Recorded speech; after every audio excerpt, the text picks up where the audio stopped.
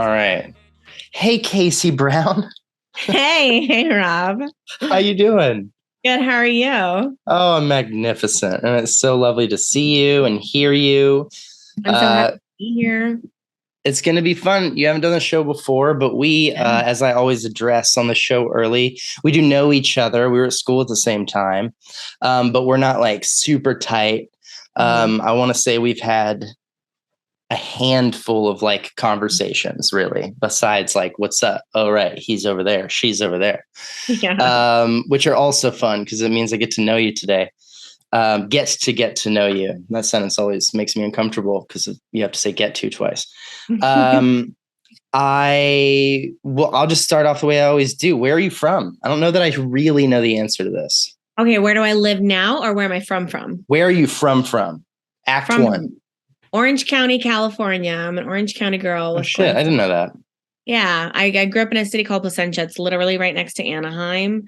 And we used to go to Disneyland for like everything. Like sometimes my parents would be like, "We're not going to school today. We're going to Disneyland." And it was awesome. So That's a big ass thing out here.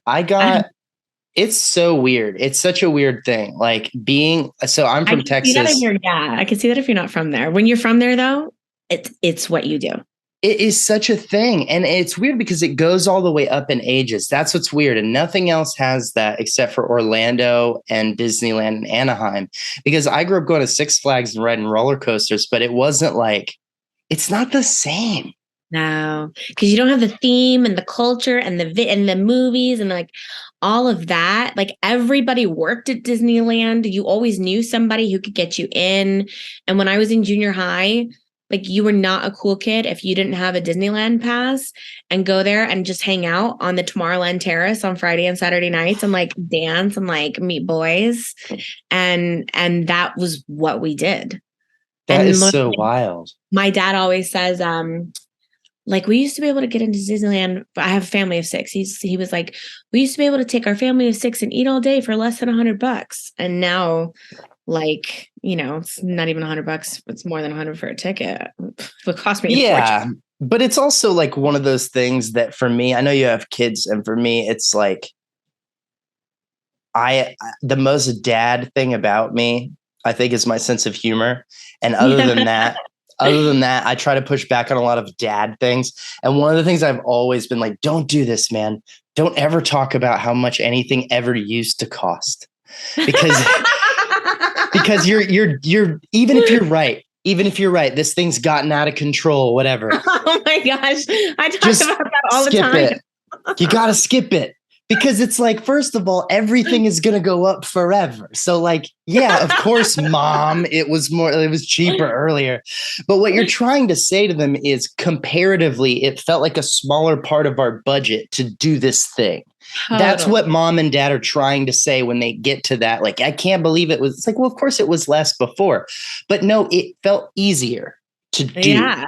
And Yes. that's the real difference. And I feel like you're absolutely right about stuff like that, where especially theme parks, family trips, all that kind of stuff is so much more expensive. And it doesn't feel like something you can just like make sure you get in every break or every summer. Or even or like just a babysitter. Like my husband and I, we do not go on dates because we can't afford it.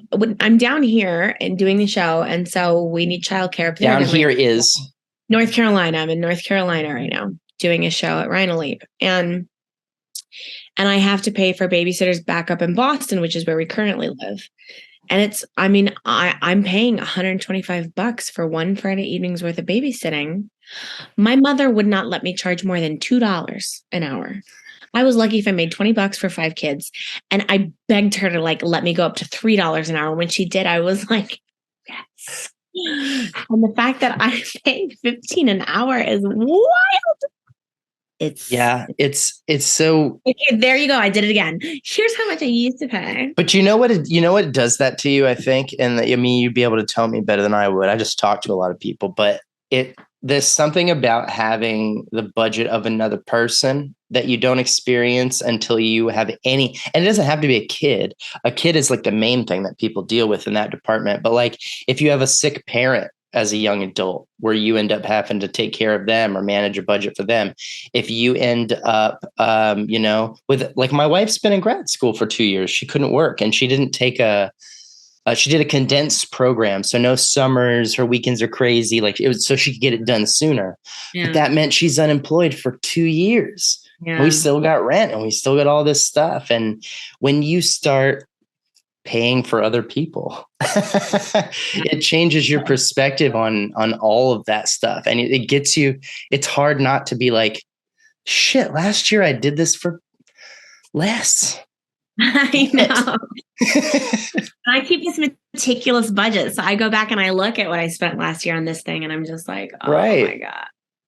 So let's talk about when we're in Orange County, we're outside Anaheim, we're hanging out with boys at Tomorrowland and whatnot. What are mom and dad doing for work? That's always interesting to me. What are you learning when you're young? That's what adults go do. My mom was a hardworking stay-at-home mom and literally supported us in everything. When I got older, I'm the second youngest. So when my little sister was older, then my mom went to work at a bookstore and she really hasn't stopped working since. She's a super hard worker. My dad is a criminal defense attorney.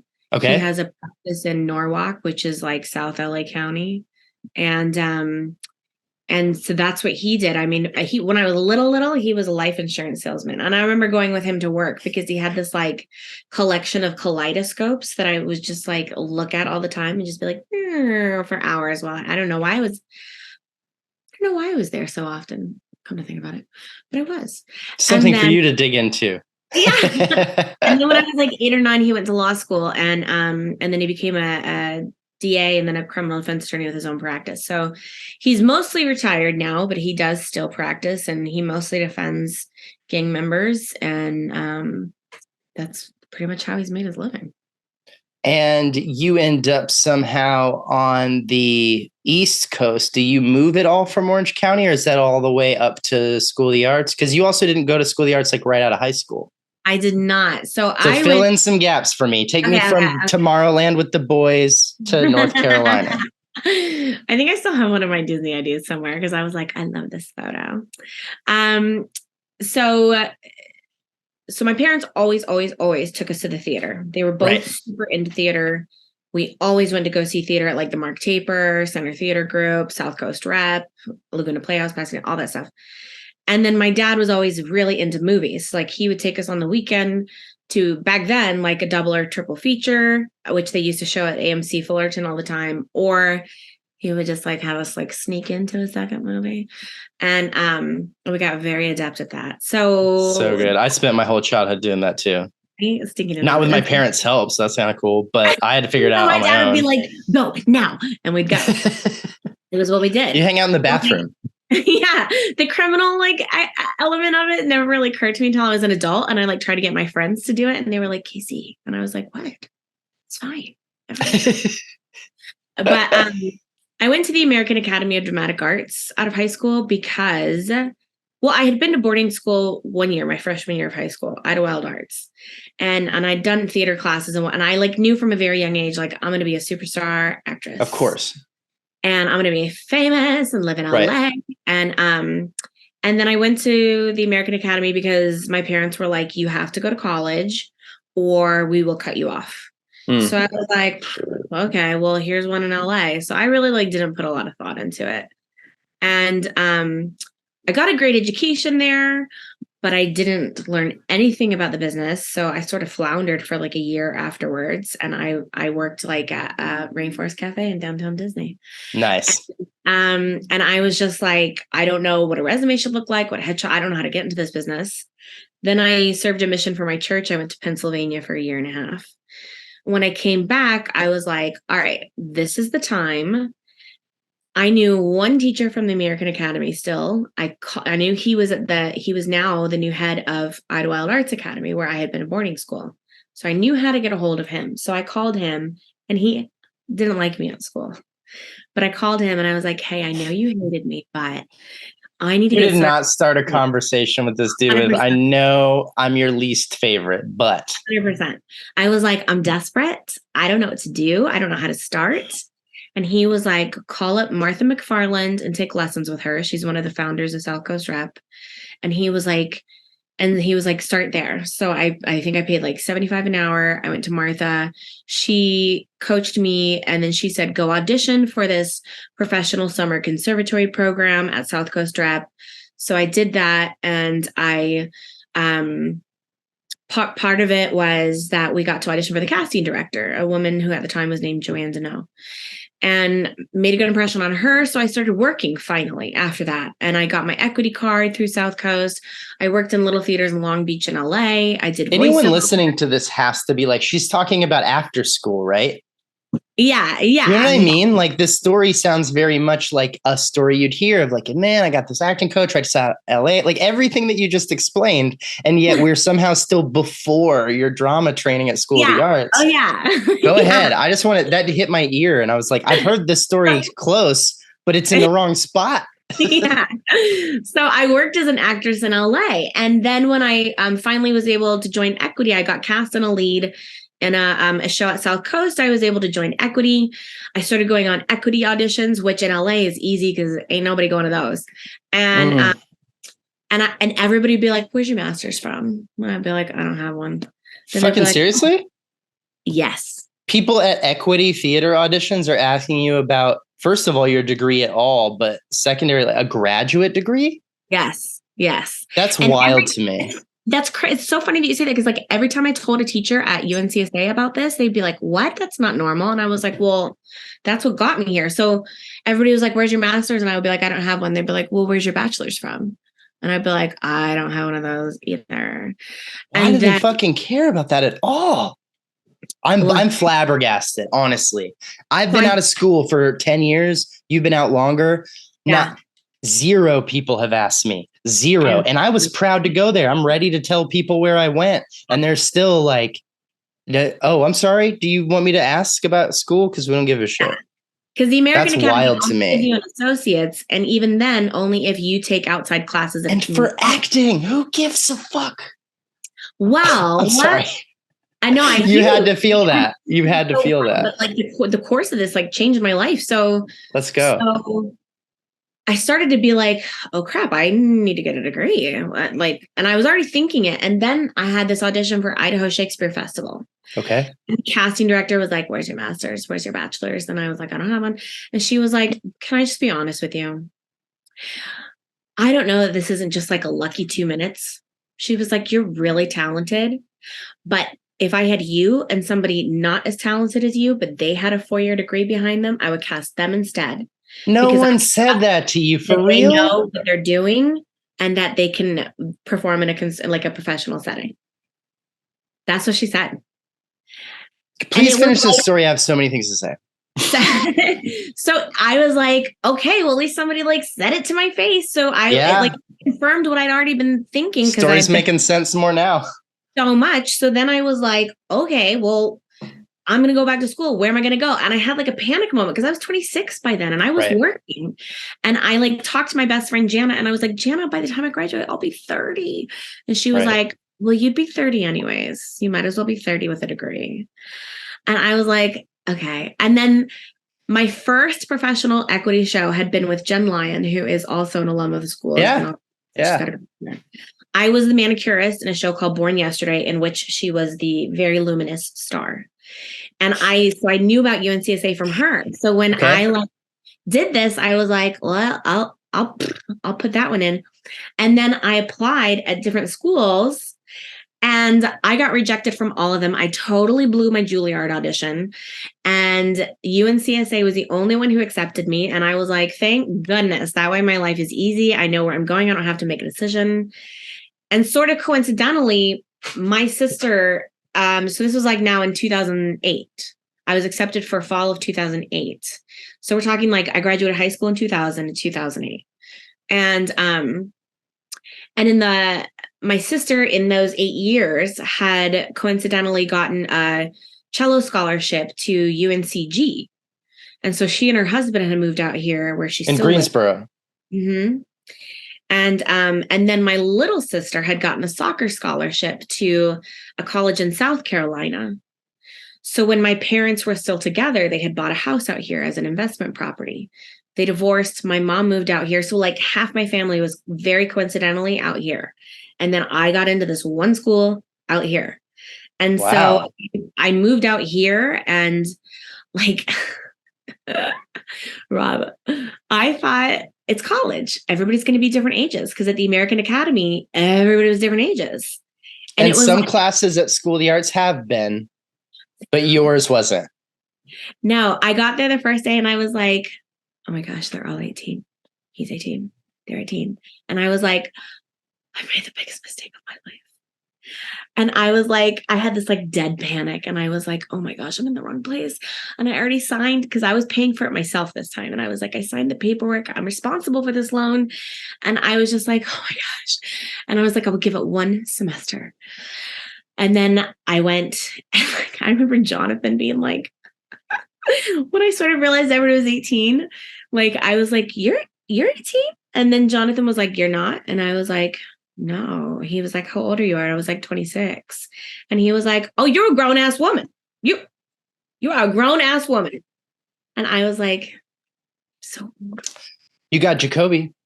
yeah, I know, but he was in the year above me. And Aaron ended up being, he was older. So there was Aaron, but we weren't tight in school, although we are tight now. Right. And so then I started, and the first week was super weird. And I went to the first year, second year party, and no boys talked to me from my class or the second year class because they were like 18 and 19, and I was the weird old girl. So I never went to another party. Also, I was like, if this party gets busted, I'm the only one over 21. I'm going to jail. So I never went to another party. I was in that position all the time. I never thought about that once. Like, Smart. I thought about it all the time. I was like, ah. And then Chesley, you know Chesley? I do.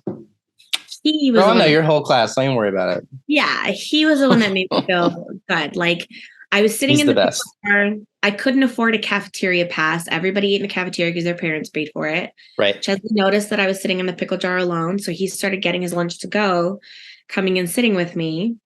And then they migrated. Yeah. And so then because he migrated, other people migrated, and I got to know people. And then UNCSA turned out to be like one of the best decisions of my life. And the people I met there are still my best friends to this day. So I have to say that is so cool for me to hear that story, because it just solved one of the biggest like mysteries of my time at School of the Arts. Which is what? So here's the thing that is interesting to me about that story and kind of blows my mind, because I remember, so when you're at school, man, we so rarely actually talk about being at school, but I think this is interesting and maybe someone else will appreciate this. When we're talking about the School of Drama in particular, you have these ensembles, and the people who cast it go out of their way to try to get a group of people together that like can get along / also maybe stimulate each other artistically, and they're going to work together and are going to fit. And I can't imagine the stress of trying to put that group of people together that have to be together for 4 years every day for 70 hours a week and all this. And so you end up with these different vibes. It just happens, and it's fun to kind of see as people progress what the class vibe is.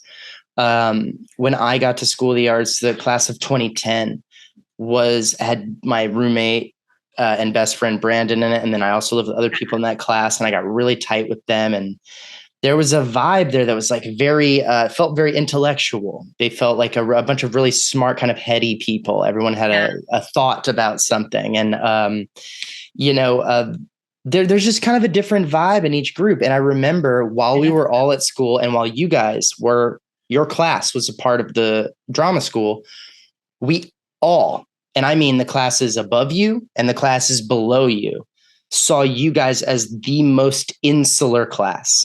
Aww. They are, and not in an exclusive, we don't want to be friends with you, but it's like, man, they all seem to really like each other. Like they just hang out and they're so tight. They get an opportunity, and I'm going to get to this specific point. They get a specific opportunity one time a day, and all day when they have to fucking be together, lunch, they don't have to fucking be together. They can get a little break and go sit alone or sit with someone else. Or what happens with most drama schools, break up into small groups, 2s, 3s, go have lunch. come back as the ensemble. And yet every day at lunch, there's like 8 or 10 or 12 of you fuckers sitting together in the pickle jar in all black and like this drama club meeting. And we're all like, I mean, we're a drama ensemble. We love our classmates or whatever. What the fuck? Are you guys in love with each other? Like, take a break. And it's funny because you don't see it also that happens with first years in the CAF because it's first year. They're all still trying to hold each other tight because they're scared about where they're at. But you guys are like seniors and you're in the fucking pickle jar at lunch, all sitting together, all still like it's still first year. And I never knew why it was in the pickle jar. I was like, of all places, now I have no problem with it, but I'm like, they're not in the CAF. They're not in the drama lounge. They're the only group of like more than 5 or 6 drama students that are ever all in the pickle jar at the same time. And we could never figure out why that happened that way. And Kacie, it's fucking you. You're the whole reason that whole thing. And we all talked about your asses for 4 years. That's so funny. And you did it. You and Chesley did that. That's so funny. Yeah. Mystery solved. The funnest time of the day. We would just laugh and then like go back to class. And we all like lunch too, but not in a group of fucking a dozen. And then we would like race to, remember when the elevator used to be yellow? And like, I don't know about you, but we called it the Yellowvator. Do you remember that? I never took the elevator. I'm like an anti-elevator guy. I don't like it. So I'm like a stairs guy. I'm like, why am I going to waste my steps when I can take an elevator and escalator? So I like we all like took the elevator and we called it the Yellowvator. So we would eat lunch and then we'd all pile on the elevator and go back up to class. And it was like, I think honestly, I think that people who run a thing like the drama school would accept that they are going to get what they get when they make a selection of people.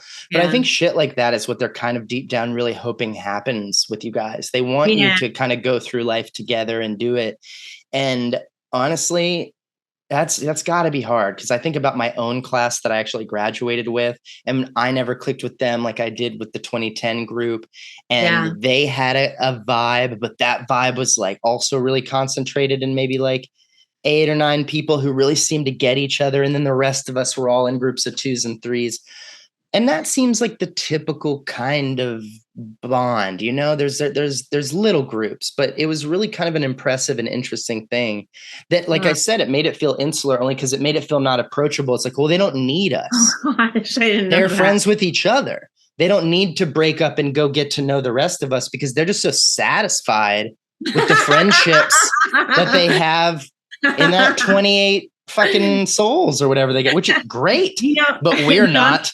We're like, I got to get away from these fucking psychos for a little while. That's so funny. That's your perspective. That's so interesting. John Langs came to direct The Mystery of Edwin Drood, our musical, our senior year. And me and Jackie. I was the assistant director. Right. Duh. Yeah. Sorry for not remembering. No, it's okay. It's a big cast. Any of those things. So this means Sameep and now see. There were 3 of us, and I can't remember the third person. See, and I didn't remember that Sameep's on it. He's one of my best friends. So there you go. But do you remember when me and Jackie Robinson were double cast as Puffer, and when John was like, "You two are gonna hate each other by the end of this show," and we were like, "No, we're not," and he was like, "Yes, you are. Nobody likes to be double cast," and we were like, "No, we're so excited for each other," and he was like, "That's bullshit." Right. Nobody's happy at being double cast. He's like, girls were double cast in my class. They hated each other by the end. And I think it was this really fun thing that like Jackie and I we were always like, boop, boop, and like never got that. And then so when it was Princess Puffer rehearsals with just the 2 of us and John, it was so much fun because he's so easy to be with and it was like shooting the breeze. And then we'd always end up like stopping rehearsal and just talking. Well, exception proves the rule, right? Like, I think that it's true that normally the dynamics function the way they do. And also not to out anyone specifically or even quote, because that was like fucking 15 years ago. But if I recall from talking to John, because I shared with him that I had trouble clicking with my class sometimes. And I don't think he clicked with his class either. And I think his takeaway from it was like, sometimes you do. If you do and you can use that, great. And if you don't, stop beating yourself up and get to work doing what you can do, because you're not gonna, there's nothing wrong with you or them if you don't Yeah. fucking vibe. If there's just no chemistry, there's no chemistry. But I think it's also tough when you go to school with people like you and Jackie, for example, who it's like you don't want to resent a great thing, but it's hard to watch two other people who don't struggle with the same insecurities that you might. And they're able to help each other and support each other and both take a supportive role in doing that. But it's also like, yeah, you guys are like family, but also I think it would be weird for you and Jackie in particular, as we talk about people, to be competitive about, like, first of all, if you guys ever get the same part like that one, it's because we're trying two totally different things with this part. The chance of you guys being in the same audition casting call room in your careers is slim. You're such different types and vibes. Doesn't mean you don't have great things to do that are different, but that would, to me, and that's one of the reasons why I've never really felt super competitive with other actors or even directors, because I'm like, yeah, but you can't do what I can do and I can't do what you can do. So like, there's no stealing from each other really. Yeah. You know what I mean? And I think because we were just so close. I mean, we still are. I talk to Jackie all the time. So I think there's just always like, it was always like, yeah, cool. Like there was never any animosity there or competition. What else do you think created that? Just because I think that's an interesting concept. There's been so few classes I ever observed that had that vibe. Like, what do you think was going on amongst your peers that prevented less helpful, negative attitudes from becoming predominant? I think that's a good question. I think a lot of it was just the content of the character of the people that I was with. Everybody was so generous. Good folks. So generous with support on and off stage. I mean, certainly like our class went through our share of personal dramas or tragedies. You know, somebody's parent passed, somebody struggled with identity, a few people struggled with identity. And our class was just so supportive. We would have a holiday party every year, and it would usually be at my house. And we would do some stupid like a potluck thing. Like Romolo made this intense pasta carbonara, and Chesley was making like a what's that lemon pie where it's like the puffy lemon meringue. Yeah. And we would play games and stupid crap like that. And we would all go together and do something for Halloween. So like there was never like I'm only calling these people on the weekends. Like everybody was always invited everywhere. And I think people were just super generous. And then really complimentary, like in class, I was like, good work. That was really good when we got. So it sounds like the short answer is less assholes and weirdos who were unable to like just be a good guy and help the group out. Because that sounds like what you need to do. Yeah. You know what? You know what's frustrating for me, Kacie, and I know you have experience in education, of course, you know, parenting and all this stuff. So I feel like this clicks with you. But here's where I struggle as an artist, and I'm so curious about your thoughts. It's tough because it's like you see potential, right?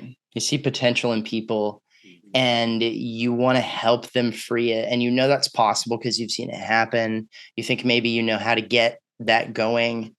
But then really, truthfully, if you really want to make good stuff and you want to do that efficiently, you're better off with people whose potential is already unlocked. It's so much easier to work with people, like you said, who are just not bringing their unhelpful behaviors, habits, attitudes, thoughts, insecurities about the work into the space, even if they're talented. And I think that relationship is a lifelong thing of trying to figure out, like, how much am I willing to sacrifice? I want this person in this role in this play, let's say, because I just know when I read the play, I fucking thought of them. I was like, that's them, man. No one would do better. But they're kind of a little bit of an asshole. Not like I hate them, but like a lot of people don't like them. I like them, but a lot of people, it rubs them the wrong way. One of those things. And then it's like your brain goes, well, do I take the person who everyone loves, who's fun to be around, who's not going to be as good at the part? And I go back and forth because my heart wants to go, let's just have a good vibe and we'll figure it out. That talent's not worth of it if they're going to be a dick. Yeah, that's the easy answer. But what if they're fucking really good? Really good. And you're like, I wish that weren't a conversation. And then how do you filter that also through the people you want to help get better who refuse to help themselves, I know that's a lot. Take your time. That's a lot. Okay, so what's the specific question there? I think the first thing is, how do you feel about when you're trying to help people that you think have that potential, but they seem resistant to the growth that needs to happen? Because you have such a direct observation, specifically with your class at school, of how it can be the soil can get so fertile when you're all in it together in the ways that you just described. So how do you try to pass that on to other people when you see them behaving in a way that doesn't help? Other people, like people in my class when I was there, or other people like in my work in your now? life afterwards? Okay. I think some of that is the desire to work, right? So there's certainly people in my class who did not have as strong a desire to work as other people. And so I think, when I do that now, actually with my students, my private students, I'll be like, if they'll say, what else can I do? I'll say, well, you can do the homework I gave you. You're not doing it. It's going to slow your progress. Right. But they'll be like, well, I want to get to this goal faster. I'm like, then do what I'm asking you to do the extra. Right. So that's something I've definitely encountered. And that's tough love. Because they're paying me to tell them the truth. You know what I mean? Yeah, like, not to be their friend. I've had students that have been honest with and been like, I don't know how to help you. Like, you're giving me nothing. Right. I'll say, okay, what's your objective? What's your actions? What, the work that Gerald taught us that I use in my own professional life as an actress. And they'll be like, I don't know. And I'll be like, okay, let's guess. Even if you're wrong, just try. And they'll still be like, I don't know. And then, like, if it's so many classes like that, I had a conversation actually with a recent student who hopefully doesn't tune in, where I was like, listen, you're not doing anything. I'm not serving you. You either need to find a teacher who serves you better, maybe with a totally different way of working than me, or you need to start trying harder in this class. Do you spend much time in your money? Do you spend much time with these students in these classes? This is always a question that I used to have because I used to do private teaching too, and I used to teach in schools. And do you spend much time while you're being paid on the clock when you're supposed to be teaching them how to be an actor? Do you spend much time being like, why do you want to do this? Are you sure you want to do this? Do you spend any time on that question? Only in the initial conversation. None of those follow-up ones where they're not showing up. Do you revisit the issue of like, is this interesting to you for real? Or why did you start down this path in the first place? Those things kind of inherently come up because I sort of end up being a pseudo therapist. Right, of course.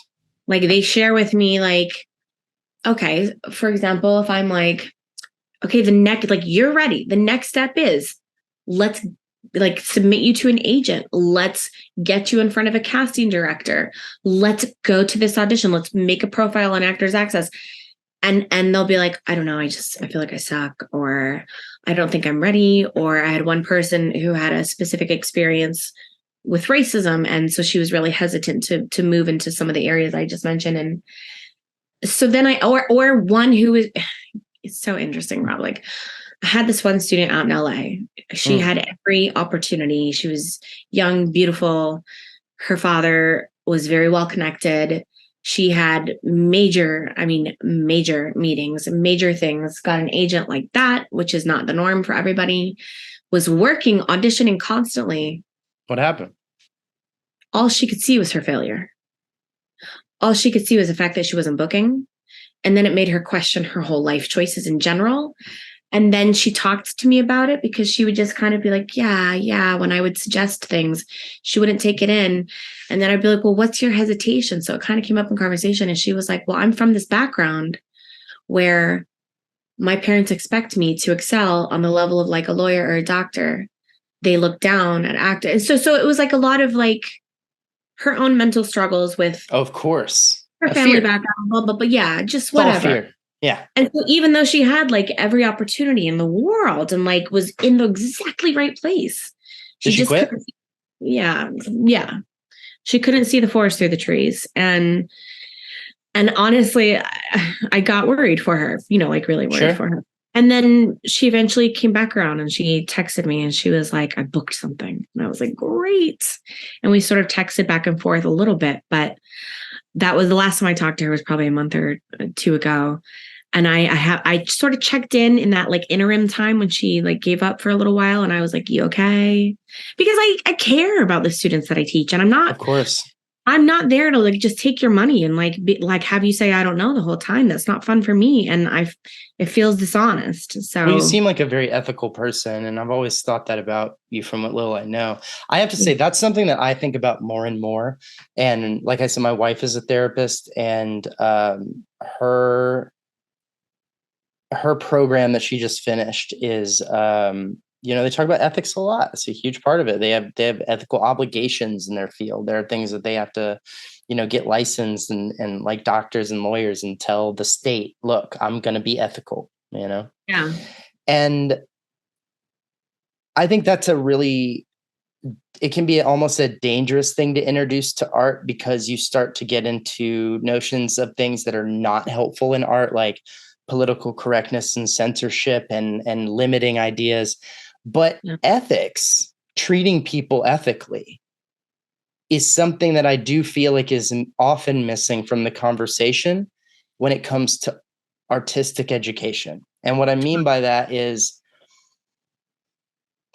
and this is not me saying anything negative to anybody who teaches in art. I've taught in art, you've taught in art. I'm not talking shit about us. I'm saying like maybe we all need to think about this, just because I've been thinking about it, which is it responsible to send someone out into the world whose hopes and dreams are tied to art, to prepare them with a skill set and to say, I've given you everything I can, kid, good luck? Is it responsible and ethical to do that while not also giving them some version of the lesson of, don't tie your worth and your value to the shit that you get back? You're not every audition you go on. You're not what you book.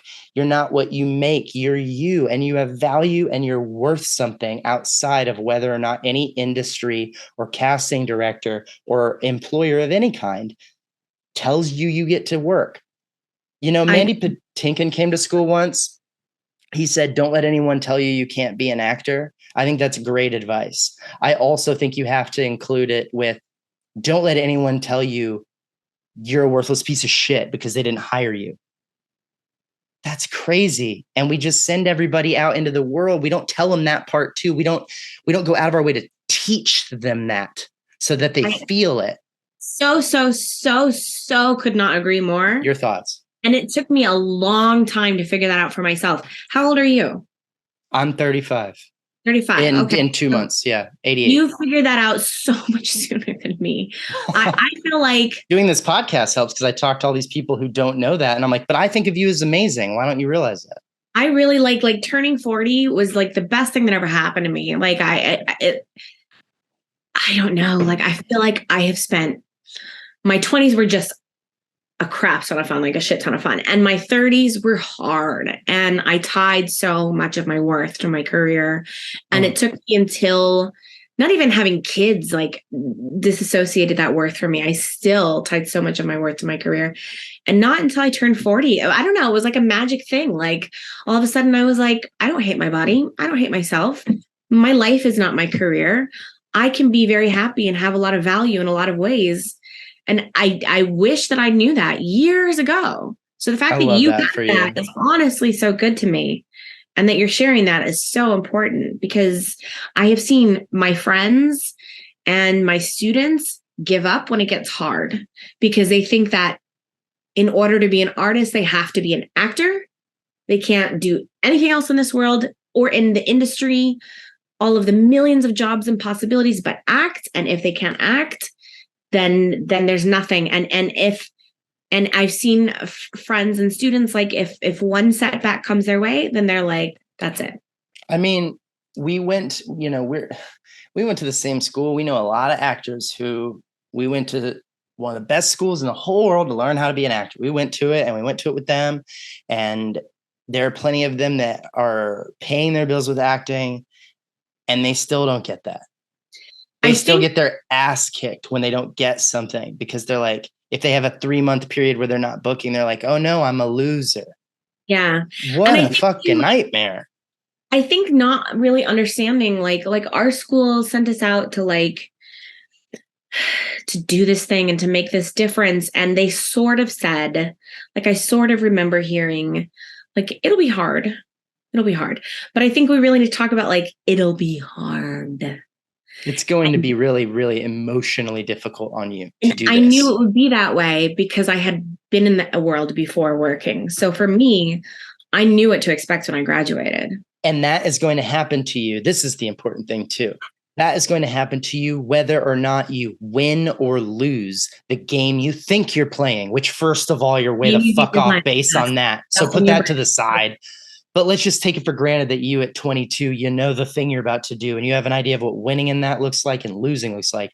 I promise you that whether you win or lose, whether you are on fucking ABC in the fall or you're fucking slinging dervs in the fall, regardless of that, it will be emotionally hard on you. The success is not going to take away the struggle. It's just different struggles.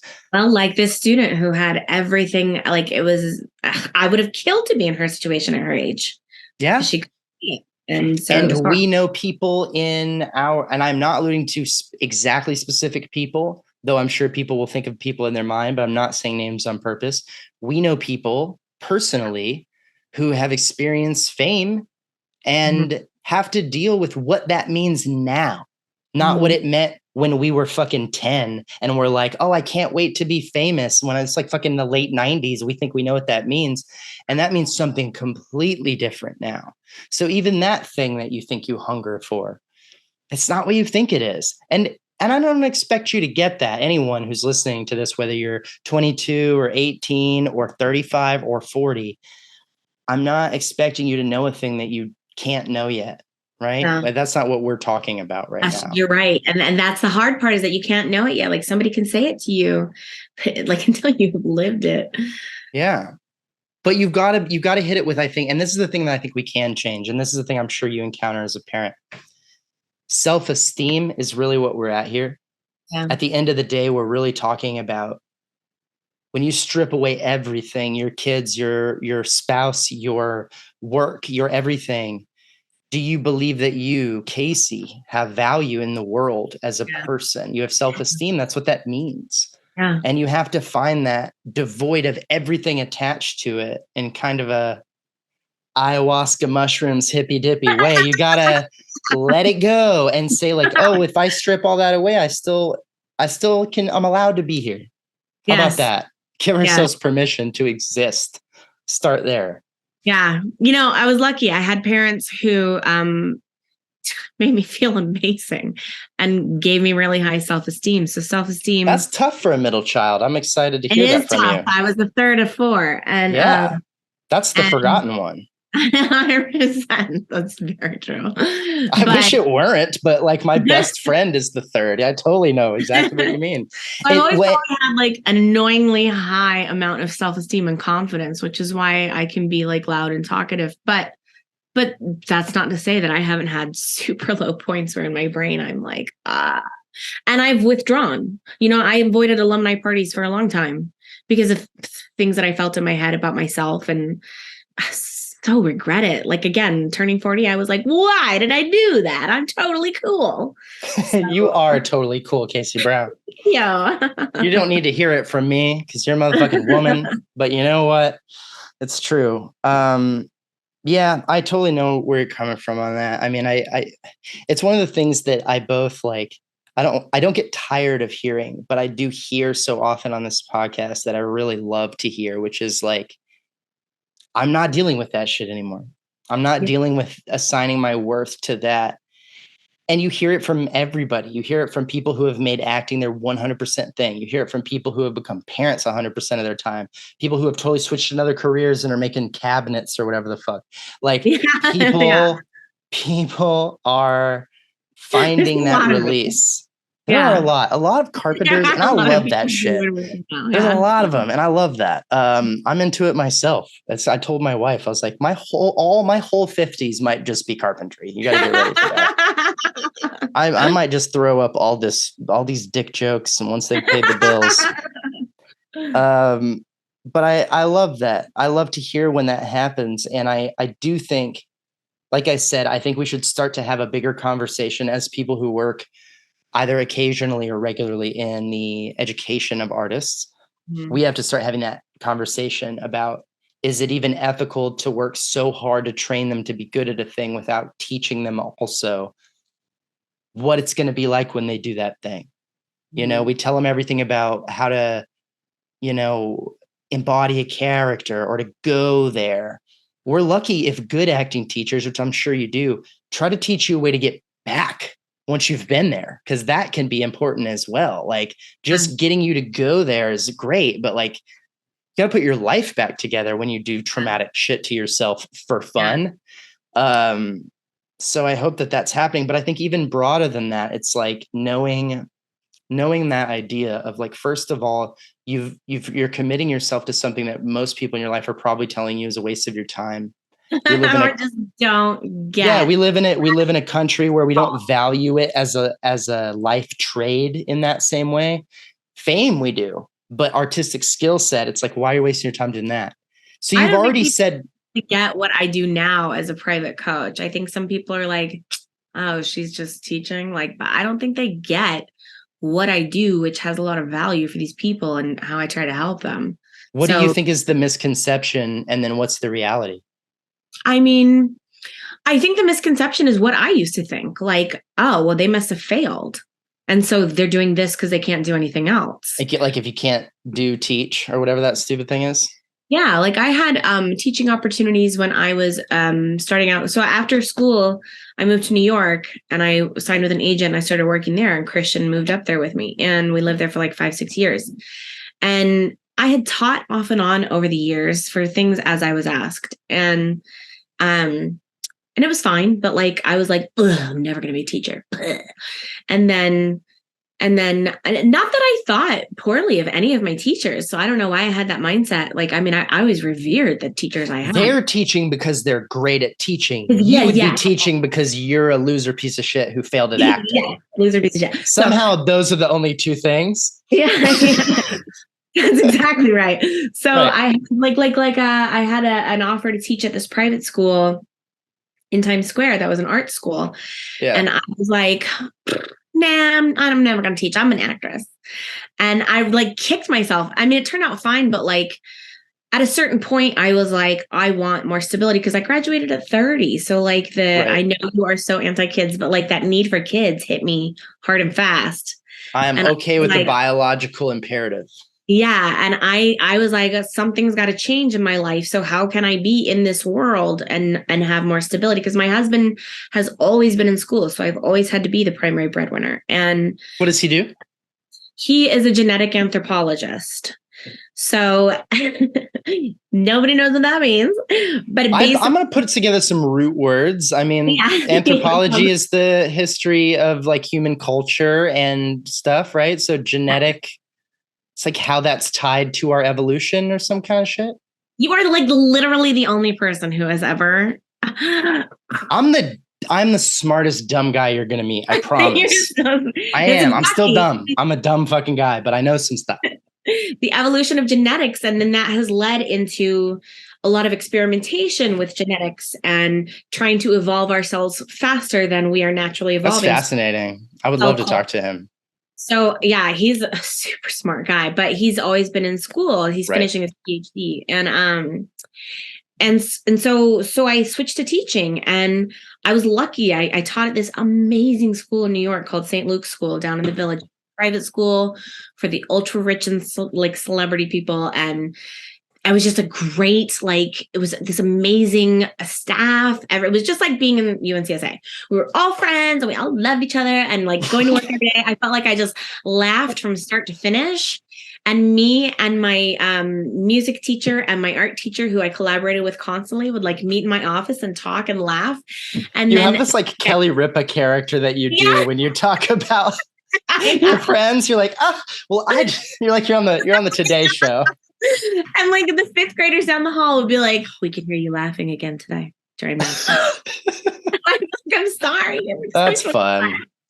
And then I moved to Boston for my husband's PhD, and I hated every job I had. Oh. It sucked the life out of me. I went from private school to public school, not just public school, low income public school, because it paid the most, because the pay gap was $20,000 between what I was making in New York and Boston at all the offers. I mean, it was so much lower, and my family was expanding and the cost of living was not less. So I took the job that made the most, which was these low income public schools, which were like eye-opening. I mean, I went from this cushy private school job to this job where like, 8-year-olds are screaming bitch at me and like jumping up on the table and like threatening to punch me. And it was the Wild West. Yep. And I was really unhappy. So I started like evolving into like, I cannot do this forever. The pandemic came, Zoom was invented. I don't know, maybe we just knew about it. And I was like, I can teach online. I can teach people I want to teach, who are thirsty to learn. I can teach adults. And so I started teaching, and so then I was able to leave teaching full-time last June. I do this now. So what this is I see now, I'm giving a long answer long. I'm okay with that. I asked you. So what I do now is I teach adults who just want to do it for a hobby, who are like, I need a creative outlet in my life. People who are sports therapists, who work in IT for the government, who have all kinds of jobs, work at rehab centers. And they are like, I want a creative outlet. And I think it's acting. And it's just fun. And they've been with me for 2.5 years. It's just a hobby. Is it just working with you, or do they take that at all to like a community theater or something low key? Like, do they do it? I will get there. Okay. So, and then the others that I teach, the majority of the ones that I teach are people who are like, I am in a career. I have always wanted to be an actor. I don't know how to make that change. And so like they come to me for that help, but also, so like to learn the business of acting, but also to learn how to act, because most of them have no acting experience because it was frowned upon in their life. Right. And then I teach actors who are in the business, working in the business. I help them with audition coaching. I prepare them for agency meetings. I've prepared some of them for big meetings with like, with the head of casting for Disney or CBS or Netflix. So people kind of think of as an acting coach is you're there to keep up. So that's that third category. Yeah. And so I keep them all moving, and like, I try to goal set with them, especially the ones who I know are in the business. I'm like, all right, so what's the next step to move you forward then? And like, how do we take those little steps to get there? I mean, I don't do like a big, there's no program. And I'm just like, right. Yeah, I understand. And, case by case. Yeah. And then it's super, super, super individualized. And for those that have been with me as a hobby, like one girl who's one of my favorites to teach because she's just so fun. It's like talking to you. She is a sports therapist, and she's been taking lessons with me for 2 years as a hobby. And she was just like, I might want to maybe think about trying out for community theater. I was like, okay, let's do it. Do you know what community theater is, where it exists? And she was like, no. I was like, first assignment, look some up. Yeah, go to one. Or like I have another student who is Black. She's Trinidadian. She has an accent. She lives with me near me in Boston, not with me. She experiences that she works in HR in a mostly white workplace, and her personal experiences, she's had a lot of microaggressions, a lot of racism, sure, a lot of times where she's been passed over. So, and she's one of the ones who's like, okay, let's start out in the business. She's at the point now where she has headshots, she has a resume, she's paid a lot of money to get reels done, she has an Actors Access profile, she's ready to go. But she hasn't. And I'm like, okay, Mm. get in front of casting directors. I was like, look, I want you to look at one-on-one and pick one casting director to be seen by. And she specifically wants to be in sitcoms. So I was like, okay, let's look at these casting directors who cast sitcoms that you want to be on. Let's find them on there. And so I gave her that assignment. And she came back to me the next week and she was like, I didn't do it. And I was like, why? And she was like, they were all Fear. white. Ooh, yeah. She was like, And tied to that fear of they're not gonna want me. not going to want me, not going to give me a fair shot, not going to treat me the same. So I was like, well, crap, I can't speak to that, but I'm in a you could tell her that it's a far more, I hate to say it, but my wife is Korean and she did a lot of background acting. You got a better shot as a woman of color right now than you've ever had ever. And you've got one over like white girls. Like people are like, no, cast the person of color. Choose that if you can. It's almost a time of affirmative action in casting, honestly. But so many of the gatekeepers are still white. Sure, but they're still making decisions with that mentality. Yeah. And so I think that puts at least my student and probably other people, it probably makes them uncomfortable in those spaces. So sure. So for her, like I'm in a master's program. I'm getting a master's in directing from the University of Idaho. And I mentioned it to you. We had a required class my first semester, anti-racist practices in theater. Okay. And it was a perfect forum to be like, hey, I have this problem. I don't know how to address it. And one of my classmates is a casting director in New York. And she was like, and she's white. She was like, I have some friends who are Black in casting. Can I connect them with your student? And I was like, yeah. And then I thought of Regina, who's in casting, who's Black. Right. And so that's Regina. And I was like, would you meet with my student? So we had 2 different sessions. Regina sat down with my student for an hour, just talked to her about her experience in the industry. And then this other casting director named Kendra Lucas was so nice, also sat down with my student and talked to her about her experiences, and it made my student feel so much better. So there's a lot of like personalization for me with what I do. And there's like, I care about these people. I like think about them in between our sessions, and I make meticulous lesson plans for them. And I'm trying to like move them forward, because when they win, I win. And it's fun for me. Like I love teaching them. And one of them went from a hobby to, she started taking an improv class. And then she was like, I'm auditioning for this play. And she got the lead in the play, and the play was absolute garbage. And she knew it, but she was so excited to be in it. And I went and saw her in it. And she was so good. And the play was, iffy, but she was so good. Or what I told you, our friend who's coming to town, and I told some of my students, like, go take this class with her, because this is a great opportunity for you. So like when I see things on Instagram, when I see like this course for actors, and I tell them all, like, go take a scene study class. I'm not the only thing. What I do has value, but other things have value too. And you need a scene study class. You need to be with other actors. You need to be in a group. And right. It's not like church. You're allowed to have more than one pastor. Yeah. You can go from church to church picking up lessons. Yeah. So that's what I do. Like, it's really quite personalized, and I love that. Talk to me about their fears and about their life and about their setbacks and about it's interesting. It's almost life coach via acting. Oh, completely. You can take that. That's yours. I'm not doing it. Thank you so much. It's all yours. I'll put it on my website. You got it. Giving away the free shit. No, that's so cool. And I love to also, I think one of the things that we picked up at, not everybody maybe, but we picked up at school, and a lot of people pick up at School of the Arts across all the schools, is that vocabulary that you're very excited to share with everybody. You're like, oh, I know that thing you're trying to figure out how to articulate, and then therefore figure out how to do. I know what it's called. Sometimes it's just that simple. Because people are like, I'm like, right, you're trying to figure out what you want. And they're like, yes. And you're like, yeah, you like get so excited about that moment when you're like, yeah, there's like, a whole vocabulary. Yeah, exactly.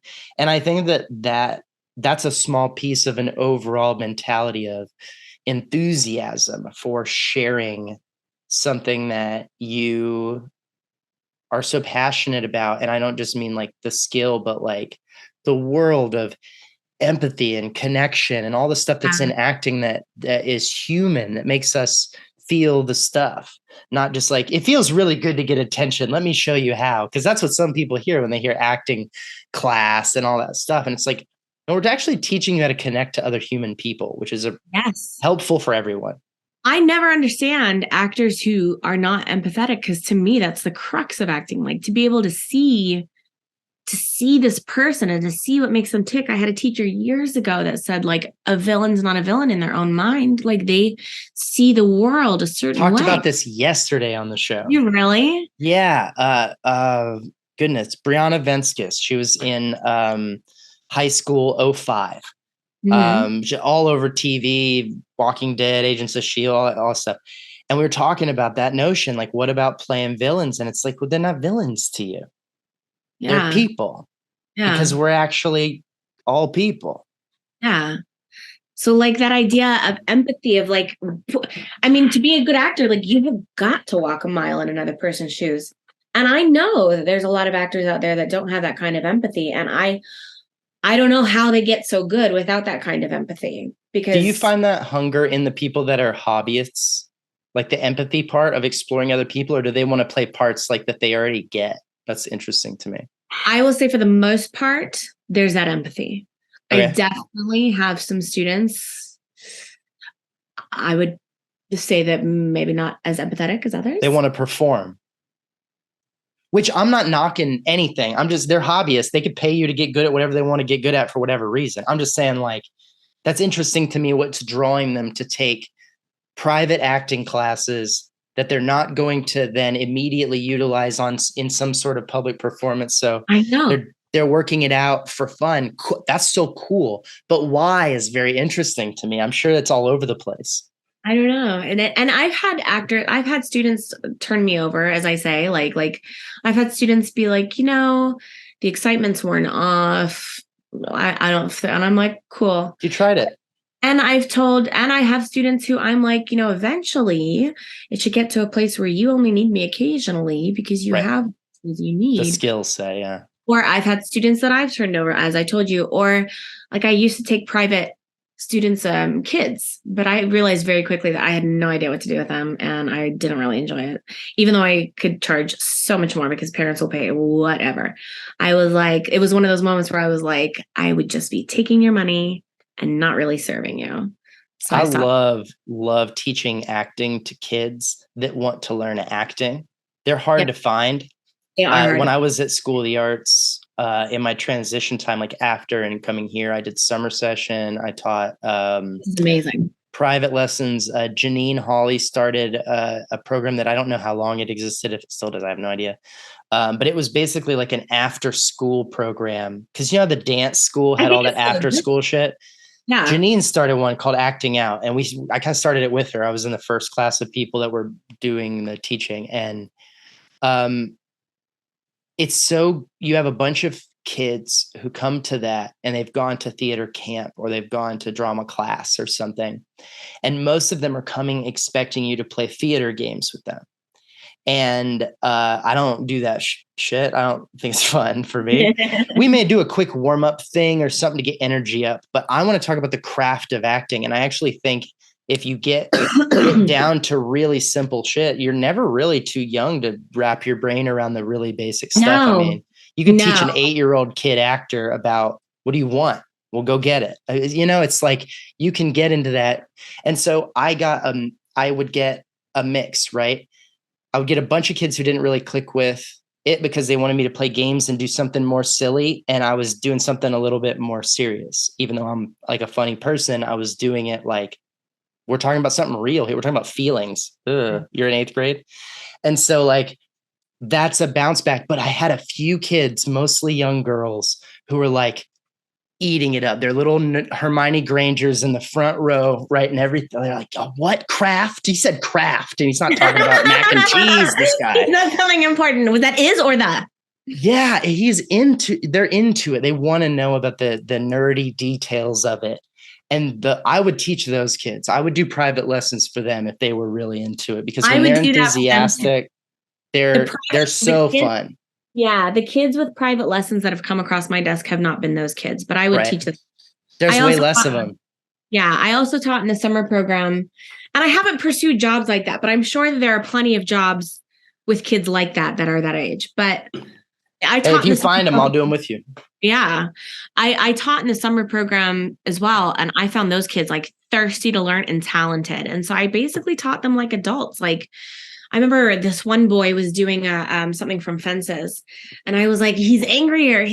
I was like, hit the floor, hit the wall. I was like, you got to get it out, and then you got to come at your dad, and it's got to be like this primal thing that everybody has in us. And he went there. He was great. And like all those kids, like it was so fun to teach it, because I was like, okay, yes, this is the caliber of children that I'm interested in. But I mean, I still remember my very first acting classes, which were also at South Coast Rep when I was 13, maybe. And what that teacher taught still stays with me. And it's still how I teach to this day. So I'm like, if there's one thing I'm confident about, it's my acting. So I was amazing at 13. So I was one of those kids, and she was amazing. And she taught me things that I was like, oh, like it was so that I kept. And I never heard anybody really talk like that at the American Academy or UNCSA. And so I was glad I had those classes when I was 13. I think that another thing that's different between adults, and that's why I asked, I'm very interested in these like hobbyist people, like why they come to you. I think that'll always be interesting to me. And I think one of the things that's different between adults and kids that I've found that seek it out is kids who go to theater a lot of times are just looking for attention. A lot of times they're just looking to hang out and do something fun and silly that they don't have to worry too much about, because they have too many other classes that are like, they have to get a good grade. There's all sorts of reasons, but sometimes you get those kids who really do go to theater because they're like, I think there's something to learn about people here. Like they're there because they're like, why are we doing this? Why are people interacting with each other this way? And you read this play about this family that kind of seems like my family. Like they're interested in that part of the art. And a lot of times those are the kids who grew up going to plays or watching movies with their family, or, getting those adult stories before they're able to really process them. And those kids will eat up a summer program, eat up an acting class. And it's great too, because that's your opportunity to get that self-esteem in there. And you can teach them like you have value outside of this thing you're attracted to. Yeah. I went to a summer program for Idlewild Arts 2 summers in a row before I went there for school. And they expected us to perform at the same level that I was expected to perform at UNCSA. So, I mean, there was discipline, there was structure. And like, I got sick one time, and I had a strep and a horrible fever, and I fell asleep in my acting class. Now, they didn't treat us appropriately, because like the director got in my face and screamed at me, "Are you fucking asleep in my class? Get out of here!" And I was 13, and I was like, oh. and I couldn't tell. I mean, I had shown up, but knowing I was sick because I was so afraid to miss the class. So like there were things that weren't appropriate about that. But it's that ethical shit we don't talk about. That's what I'm saying. We got to get that involved. That's part of it too. But tell you the Elia Kazan story without saying, maybe don't dump your actress the night before the fucking show and do shit like that. Like, it's not okay. Yeah. But like they taught us as if we were adults in a conservatory setting. So yeah, it's interesting why people do all that stuff. I didn't know that you had taught. Yeah. Makes sense. Because I know that you were a great director at school. I did 3 semesters in High Point at a private school for kids with learning disabilities, and ran a drama program there. They didn't have one before. Oh, I bet they didn't. So kind of made it up. It's fun. We did Seussical, we did Ashley Jensen's lip sync project that I stole, and did our own version of that. I'm also obsessed with lip sync. I did lip sync in middle school as like one of my earliest artistic things, like performances. And we even went to like competitions for it and did public lip sync performances for school. That's so cool. I'm like a lip sync purist too. I'm going to say this as many times as necessary, because I know we both have friends in the drag community, and I love the drag community. But let me tell you, I tried to help out some drag queens in Austin to do a drag show at our comedy club I was running. And I'm going to get a little defensive here. So anyone listening, I'm sorry. I stand hard on this. You don't get to make any noise when you're lip syncing. You can't just turn the music up all the way and sing off key and lip sync. You're not allowed to make any noise. It's like pantomiming with like a chicken wire frame. Like you're cheating the game. And apparently it is all across the drag world. They jack up the music all the way to the maximum volume. And then they're over here like, and like not like singing it bad. Yeah. Like, that's not lip syncing. That's bad singing we can't hear. I think I will say that the drag shows I've been to have been strictly lip singing. So, yeah. If they're legit lip syncing, making no noise with their mouth, they have all my respect. It's one of my favorite art forms. But you can't, that's the struggle. And you learn that when you perform it in a middle school cafeteria where the volume doesn't go up that fucking high. You got to work with what you got. I didn't understand a lot about Ashley's class, even though I loved her, but I loved the lip singing because I picked an algorithm. I picked Let's Stay Together. And I was just excited to be like, I'm so in love.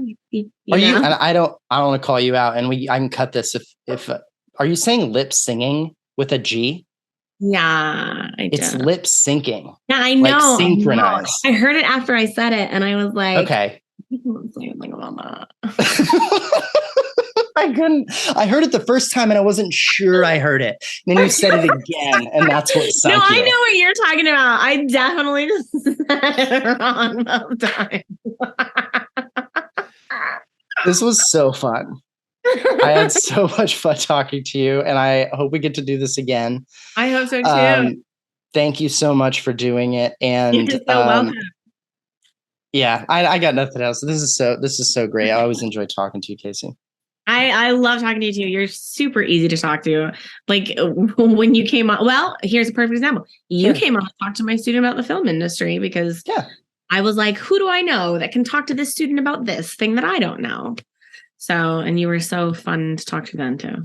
Always happy to. And I think if this audience that listens to this podcast knows anything at all, it's that I love the sound of my own voice. So thank you all for listening, indulging in me.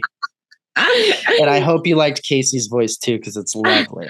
I had a teacher a long time ago also say, he who talks most leaves feeling best.